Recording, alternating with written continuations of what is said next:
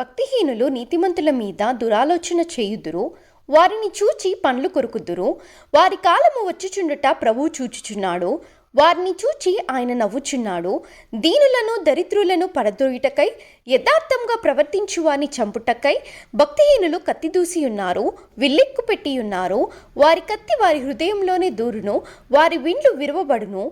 నీతిమంతునికి కలిగినది కొంచెమైనను బహుమంది భక్తిహీనులకున్న ధన సమృద్ధి కంటే శ్రేష్టము. భక్తిహీనుల బాహువులు విరవబడును. నీతిమంతులకు యెహోవాయే సంరక్షకుడు.